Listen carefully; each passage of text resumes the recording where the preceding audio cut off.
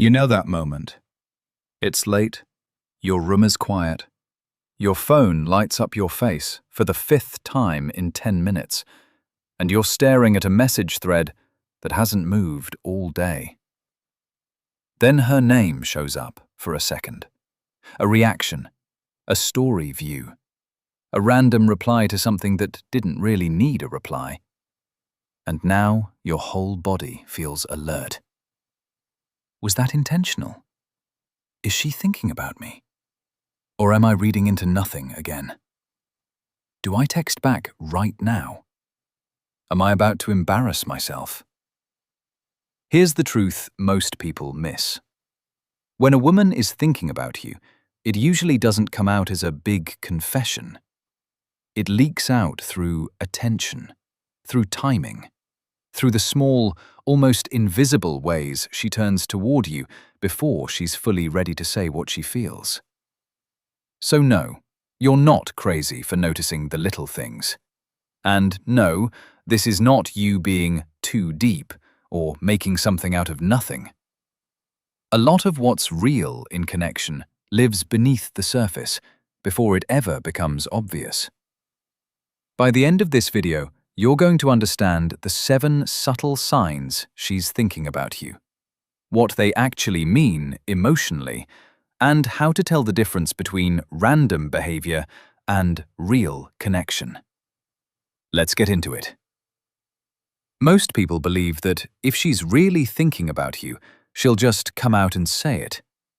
But the real truth is, that's not how attachment works for most human beings. Your nervous system reads safety before your mind catches up, and hers does too. If she feels exposed, unsure, or emotionally vulnerable, she may not move toward you in a direct, clean, movie scene kind of way. She may move sideways, softly, indirectly. Because when someone matters to you, the risk feels bigger, not smaller. And here's what nobody explains. Thinking about you is not always loud, not always romantic, not always obvious, not a dramatic paragraph, not a midnight confession, not some huge, sweeping gesture. Sometimes it's just repeated attention from someone whose heart keeps circling back to the same place. That's why most people miss it. They look for certainty in words, while the real signal is often in patterns, in presence, in emotional continuity, in the way someone keeps reopening the door between you, even a little. Because when she's thinking about you, what's really happening is this. Part of her is staying connected to you internally, even when you're not physically there. And when that connection is real, it tends to show up in behavior before it ever shows up in language. So let's talk about the signs, the subtle ones, the real ones. Number 1. She finds small reasons to reach out. Here's the part no one talks about. Big feelings usually hide inside small messages. Most couples and most people in relationships think reaching out only counts if it's direct. A long text, a clear confession, a bold move. But when someone is emotionally invested, they often choose the safer route first. A meme, a random question, a photo of something that reminded her of you. Because beneath the surface, this is rarely about the content. It's about contact. Her nervous system is saying, I want connection, but I don't want to feel foolish reaching for it. So she creates a low-risk bridge instead of a high-risk leap. The disconnecting version sounds like this. Hey, do you know what time that place closes? Flat. Transactional. Done. But the connecting version sounds like, okay, this is random, but this made me think of you. Or, you're the first person I thought to ask. And her unspoken thought is, I wanted a reason to talk to him. That's not nothing. That's attention looking for a doorway. And when you notice that, the space between you starts to feel a little less accidental. Number 2. She remembers tiny details you forgot you told her. This is where it gets really interesting. Attention is one thing, memory is another. Most couples remember the big stuff: birthdays, trips, the obvious milestones. But when she remembers the small detail you mentioned once in passing 2 weeks ago, that tells you something deeper. It means you stayed with her after the conversation ended. Because people store what matters emotionally. If she remembers your stressful meeting, your weird coffee order, the song you said you used to play on repeat, that's not just good memory. That's emotional imprint. The disconnecting version is, "How was your day?" Generic, polite, easy to send to anyone. The connecting version is, "How did that presentation go? You seemed really in your head about it." Or, "Did your sister ever call you back?" And somewhere in her inner world, something is saying, "He matters enough for me to keep track." Most couples miss how intimate that is. Because real connection is not built on intensity alone. It's built on being remembered. And when you feel remembered, you stop feeling interchangeable. Number 3. She watches you quietly, even when she doesn't say much. Silent attention is still attention. Bro, this one gets dismissed way too fast. Most people in relationships assume that if she's not texting, calling, or saying anything obvious, then nothing is happening. But that's not always true. Sometimes she's still tuned in, watching your stories, noticing your changes, keeping a soft line of sight on your life without fully stepping in. Why? Because distance can feel safer than exposure. Especially if she's unsure what you feel, unsure what she feels, or trying not to look too available. What looks passive from the outside is sometimes a nervous system staying close in the only way it knows how. The disconnecting version is random viewing. No pattern, no consistency, no felt presence. The connecting version is different. She sees the thing you post late at night. She's there early. She notices shifts. She reacts to the post that actually means something, and her brain is quietly registering, "I still want to know where he is emotionally." Not neediness, not obsession, not games. Just someone staying connected from a distance. And when that pattern repeats, it tells you the bond is still alive beneath the surface. Number 4. She brings back old inside jokes, memories, or unfinished moments. And here's what changes everything. Nostalgia is often attachment in disguise. Most couples think memories come up just because someone is bored or being sentimental. But when she brings up an inside joke, an old song, a place you went, or some tiny moment only the two of you would understand, she's not just recalling the past. She's reopening an emotional room you once shared. That matters. Because memory is relational. She's not only thinking about what happened, she's re-feeling how it felt to be with you in that moment. And if she's doing that out loud, there's usually longing mixed in there somewhere. The disconnecting version is, "Remember that restaurant?" Quick, casual, dead on arrival. The connecting version is, "I passed that place we went to and I literally laughed thinking about what you said to the waiter." Or, "That song came on and it took me straight back." What's moving through her is, "I miss how that felt with him." Most couples don't realize what a bid this is, because intimacy isn't built only in the big moments.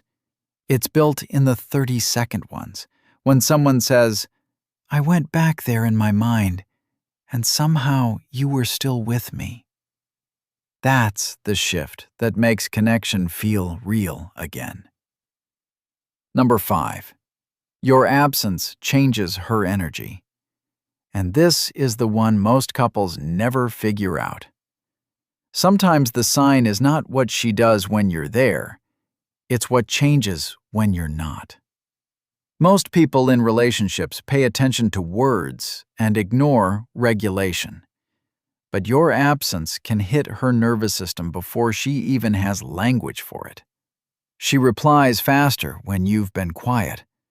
She checks in when your energy changes. She suddenly finds a reason to re-enter the conversation after you pulled back. Because here's the deeper truth. When someone matters, your silence doesn't feel neutral. It feels loud, like a room that used to have music in it. And even if she's trying to play it cool, part of her is feeling the difference. The disconnecting version sounds like this. No contact, no shift, no emotional signal. The connecting version sounds like, "Hey, you good?" Or, "You've been quiet today." Or even, "Did I do something?" And under that is the unspoken line, "Why do I feel your absence this much?" That's not always conscious, but it is revealing, because when your absence moves her, it means your presence lives somewhere meaningful inside her. Number 6. She gets curious about you in indirect ways. Here's the part most people misread.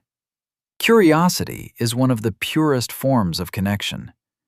Most couples ask practical questions and stop there. But when she's thinking about you, her questions start carrying emotional weight. She asks what you're doing, but what she really wants to know is where you are. She asks how work is, but what she's really checking is how you are inside yourself. Why indirect? Because vulnerability rarely arrives dressed as vulnerability, especially early on, or after distance, or after hurt.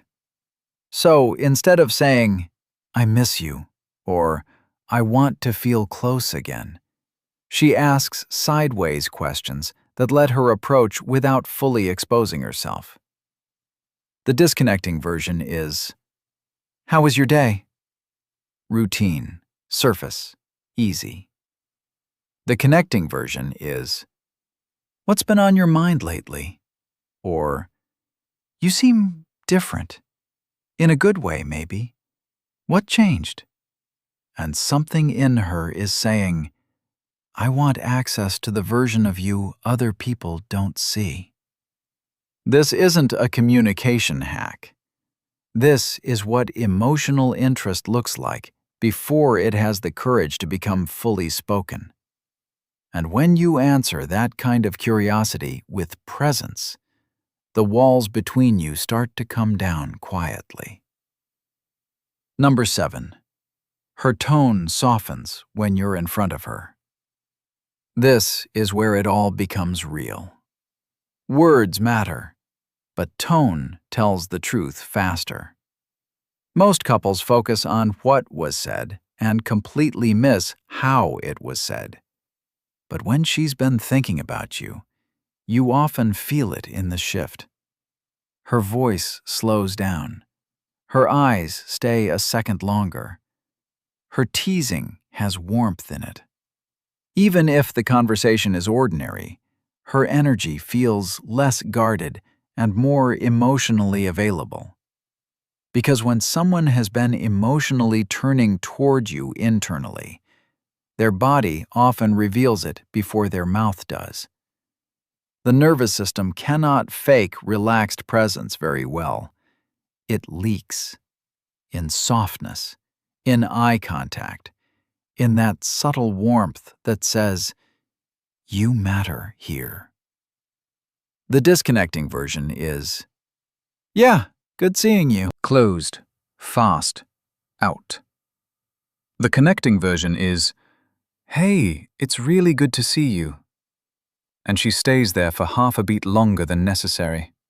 Her inner voice is whispering, "I forgot how easy this feels when I'm with him." Not louder flirting, not perfect words, not some cinematic speech. Just warmth, real warmth. And honestly, that's often the clearest sign of all. Because that's when she stops feeling distant and starts feeling emotionally present. So no, this isn't a checklist for overthinking every text, every story view, or every little shift in her voice. It's deeper than that. This is about becoming someone who can read connection with maturity instead of panic.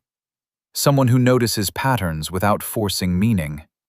Someone who understands that real intimacy is rarely announced with a spotlight. It's usually revealed in the small, repeated ways two people keep turning toward each other. And when you internalize that, you change too. You stop chasing certainty in dramatic moments and start recognizing what's actually real. You become more present, more grounded, more emotionally available. And that changes the entire quality of the connection you build. These aren't just signs she's thinking about you. They're signs that connection is still alive, that attention is still there, that something unspoken is still trying to find its way into the light. Real intimacy doesn't begin when someone finally says the perfect thing. It begins when you learn to recognize the quiet ways love has already been reaching for you.